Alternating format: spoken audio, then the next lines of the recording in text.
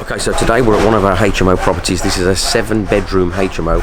I'm speaking slightly quiet because there's tenants in there. We've got the 7th bedroom has had a leak over the last couple of months. We're only just getting around to fixing it now because of lockdown. So I'm just in here now to see how bad it is, and just to also I'll show you around the house as well if we can. But we need to be a bit quiet. Let's go and have a look.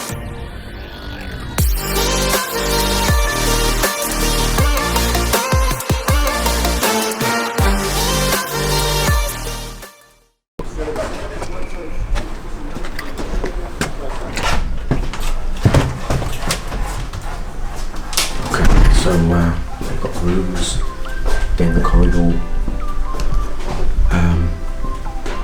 Trying to be a bit quiet.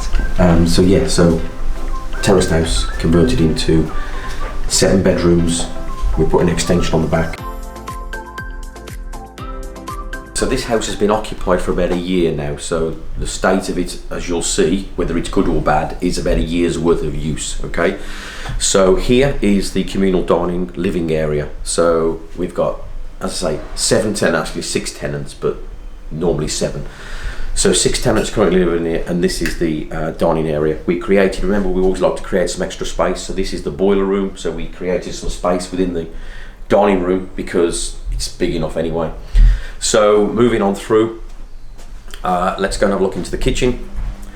So in here we've got the communal kitchen. So 2 cookers, 2 hobs, washing machine, fairly standard really. This was the extension, so this was built onto the building, so this is an addition to the property. So it was originally going to be a bedroom, which is why there's a little window there. So that was going to be originally the ensuite with a bedroom. Unfortunately, planning permission was turned down, so it had to be converted into a kitchen. So this is the kitchen area. So let's go and look at the rest of the house.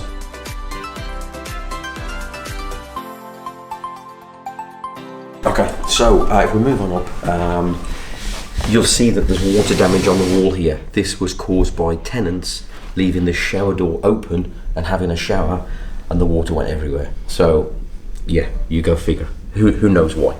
So if we move on up, so this not allowed. I'll be speaking to the tenants about this, but you know, complete health and safety against fire regulations, totally unacceptable. Okay, so moving on around here again, totally unacceptable. I mean, yeah, just beggars belief. So we've got a 3rd story up there. All lights are sensor lights, so they all turn on automatically. So this is the room. This is the one that we're it's had the leak. So if you come on in, so we've had roof leaking. Water has just trashed everywhere. So we've got skirting boards have all gone. The door has warped, and it's just basically trashed everything. Panelling has all fallen off, so this is now going to get repaired, and then it'll get re-let out. But while we're in here, you can see, you know, this nice area.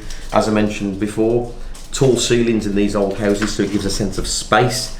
And you know, we were talking about chimneys before. So here there was a chimney. So the chimney was from there and came across all the way to here. But to get the square meterage size of the room, we took the chimney completely out, took it all the way up outside as well, and replastered it. Okay, so as I say, I only brought you here today just to show you what we're looking at. We got a leak in this room that we're repairing, but while we're here, thought it'd be a great way to look around an existing HMO that's actually in use.